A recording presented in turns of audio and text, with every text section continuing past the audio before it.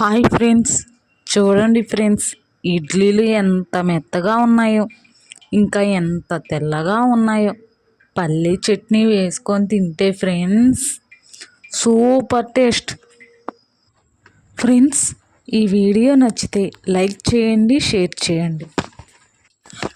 ముందుగా 2.5 గ్లాసులు ఇడ్లీ రవ్వ తీసుకొని నీటిలో 2-3 గంటలు నానబెట్టుకోవాలి. అలాగే మినపగుళ్ళు కూడా 1 గ్లాసు తీసుకొని నీటిలో 2-3 గంటలు నానబెట్టుకోవాలి. నానబెట్టిన ఇడ్లీ రవ్వను 2 సార్లు మంచినీటితో కడిగి గట్టిగా ఇడ్లీ రవ్వను పిండి గిన్నెలో వేసుకోవాలి. మొత్తం ఇడ్లీ రవ్వ గట్టిగా పిండి గిన్నెలో వేసుకొని పెట్టుకోవాలి. అలాగే మినపగుళ్ళను కూడా 2 సార్లు మంచినీటితో కడిగి మిక్సీ జార్లో వేసి కొంచెం వాటర్ పోసి పిండి గట్టిగా కాకుండా కొంచెం జారుగా ఉండేలా మిక్సీ పట్టాలి. మిక్సీలో వేసిన పిండిని తీసి ముందుగా గట్టిగా పిండిన ఇడ్లీ రవ్వలో వేసుకోవాలి.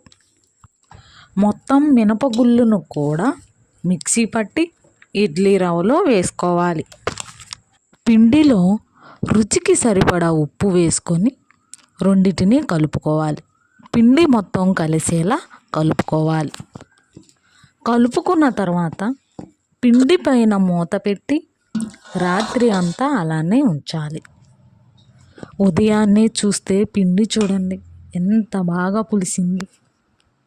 ఇడ్లీ పిండి బాగా పులవటం వలన ఇడ్లీలు చాలా బాగా టేస్ట్గా ఉంటాయి.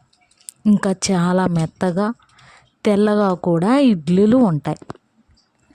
ఇడ్లీ పాత్ర తీసుకొని పాత్రలో అడుగున కొంచెం వాటర్ పోసి ఇడ్లీ ప్లేట్లకు కొంచెం నూనె పూసి ఇడ్లీ పిండిని ప్లేట్లలో వేసుకోవాలి.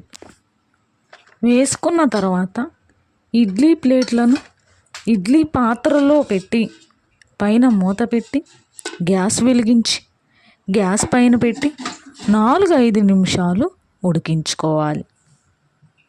పిల్లల నుండి పెద్దవాళ్ళు దాకా అందరూ ఇష్టపడే సూపర్ హెల్త్ ఇడ్లీ. ఉడికిన తర్వాత ఇడ్లీ పాత్ర కిందకు దించి పైన మూత తీసి ప్లేట్లను తీసి ఉడికిన ఇడ్లీని ఒక గిన్నెలో వేసుకోవాలి.